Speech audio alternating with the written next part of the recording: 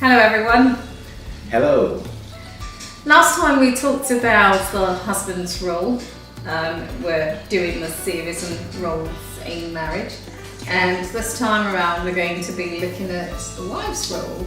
Yes, that's right. Looking at the wife's role, because obviously for a marriage to be successful, the husband and wife need to fulfill the roles that God has designed. And it can really be wonderful when that happens. Yeah.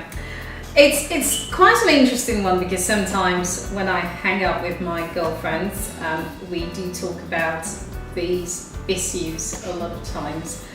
And one of the big things is the fact that you've got to be a helper to your husband. That's right. And, you know, we all have our different viewpoints, definitions of what it means by being a helper to your husband. Well, that's right. I think the issue of helper is, I suppose it can be looked upon in a number of ways, but the Bible makes it quite clear.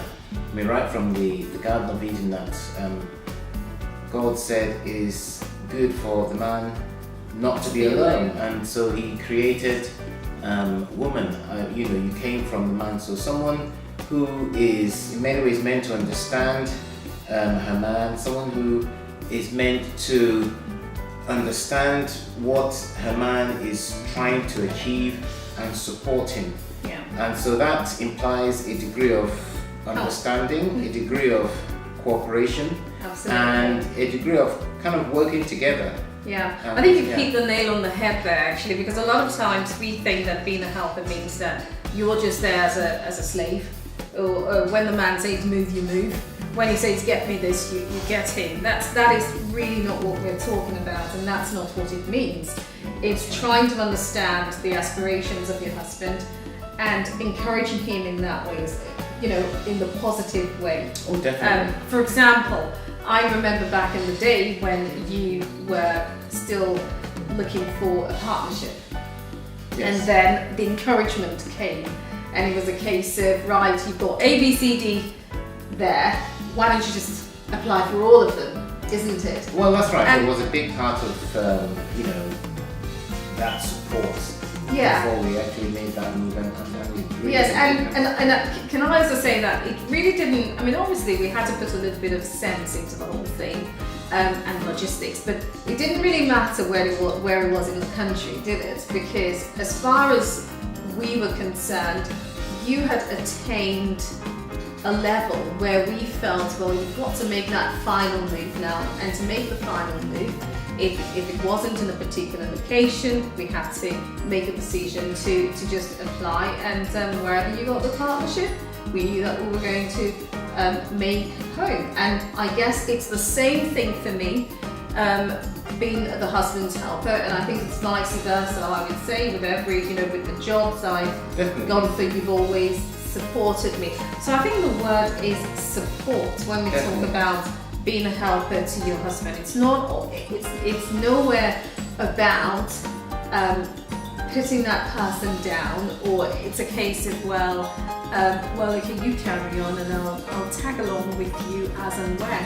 It is supporting the husband in a positive way. Well, that's right. So I think a lot of it is about believing in the husband, almost speaking positive about him, affirming him, telling him that he's doing right, and at the same time guiding and correcting, being an extra, kind of pair of eyes to look upon things that are being done, not kind of what I would call just ignoring him. Okay, let me see him fall or fail and prove that you're doing the wrong thing. Absolutely not. That is not what is required, but it does require a sense of purpose, a sense of, this is my champion, this is my hero, and we're going to achieve things together, and he's going to do stuff that's going to make me as a wife proud, and the family to do well. The second role is another funny one which we talked about, and it's respecting your husband. Oh, absolutely. And I'm sure a lot of girls are saying, yes, let's talk about respect. of course we're going to talk about respect. And, you know, the word respect, I find it quite uncomfortable in today's society, I've got to say, because sometimes when people hear the word respect, they think it's time to almost enslave the other person. That is definitely not what we're talking about. We've got to be clear about that. When we talk about respecting your husband, we're saying that the husband needs to be listened to, for example. Yes. Isn't it? In those moments when he needs a listening ear, he needs to be confident that he's got someone who can just be quiet for a moment and listen. Well, yes. That's an example. I would agree And that's with a that. sign of respect. The respect, in my opinion, is an attitude wherein you feel that this man is my husband, and I honor him, not necessarily for what he's done right or what he's, or the successes that he's had, but it's just a state wherein he's my husband and I'm going to acknowledge him for who he is. Then obviously the outworking of that respect is listening. Yeah. And not being disrespectful or dismissive or rude.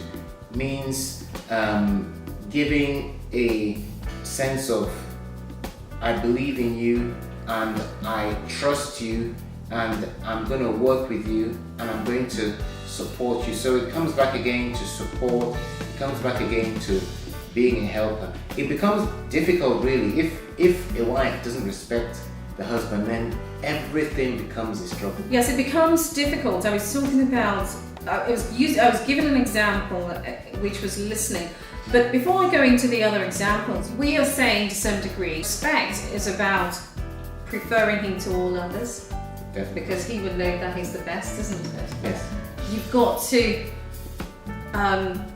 esteem him, as people have Yes. stated. So it's those high positives that make a man really happy. Oh, definitely. And it is so important, isn't it, as a man? I think it is. It's many people who've looked at marriage and looked at what makes a couple to be successful have said that emotional need for affirmation and for being told that I can actually lead and I've got a wife who is going to listen to what I say and assess it and not just dismiss it. And I think that's quite powerful. See, because a man, as I was saying, loves to be listened to. Men love to be needed, correct? So Well- that's a sign of respect. Well, I think men love to be respected, and the Bible makes it quite clear that respect is something that if a lady can respect her husband, then she's on a winner, because the man is much more likely to, in a right frame of mind, to love her. Even though I know at times these things don't always balance, and at times there's lots of respect and not enough love, and there's lots of love and not enough respect, but love and respect Absolutely, they go together. hand in hand, isn't it? They go together. Yes, and it brings us to the next rule, which is loving your husband, doesn't it? Which is what you just said. Yes. Without love, well, what's the point? That's what I would say. Well, you're right, and I think it has to be mutual. Yeah. So there's got to be mutual love and Mutual respect. Respect, in Yeah. the sense that if a man doesn't respect his wife, then it becomes very kind of. You cannot really fathom how the wife is going to respect him. And obviously, a man who respects his wife is going to love her.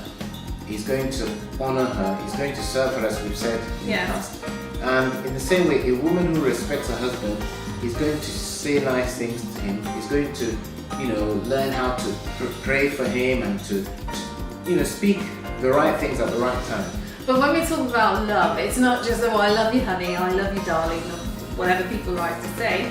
It's also with the actions, isn't it? Oh, naturally. In all aspects, and that includes sex. But which is another topic for another day, by the way. So we'll leave that for now. So we go back to this thing called loving your husband. And something is niggling in my head at the moment, when we say love your husband, respect your husband, what about those moments that the husband really, really winds up the wife? How do you go about that? Well, I'm sure people would be wondering, as they, because it happens to us, when I get you upset or you get me upset, then what happens in that regard? Well, therein lies the need to be followers of Christ, because if you allow the Spirit of the Lord to guide you, then your anger will be short-lived, and then you will learn that actually I'm meant to be like Christ. I'm meant to be a forgiving person. I'm meant to be a tolerant person. I'm meant to be someone who kind of turns the proverbial other cheek. It's like, okay, he's done this.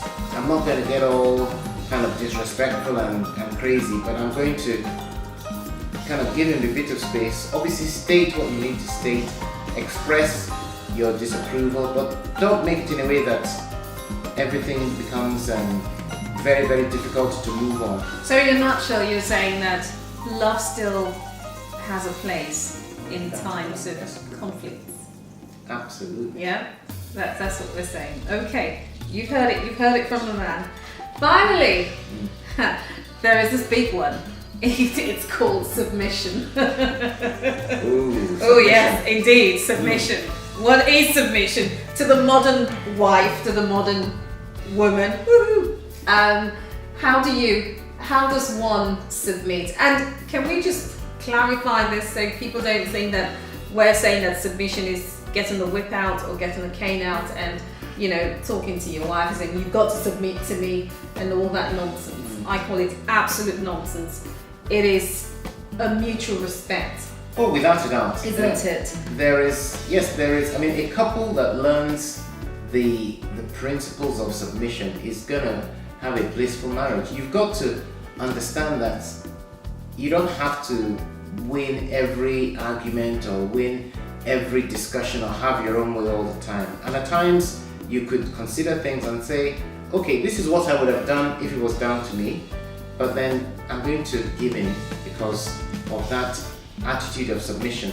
And so it might be along the lines of, okay, this is what we could have done, but no, I'm going to submit. So submission again is mutual. It's a couple, a husband that submits to the wife, that serves the wife, is gonna really do well. A wife that has an attitude of submission, as in, I am going to respect what you say.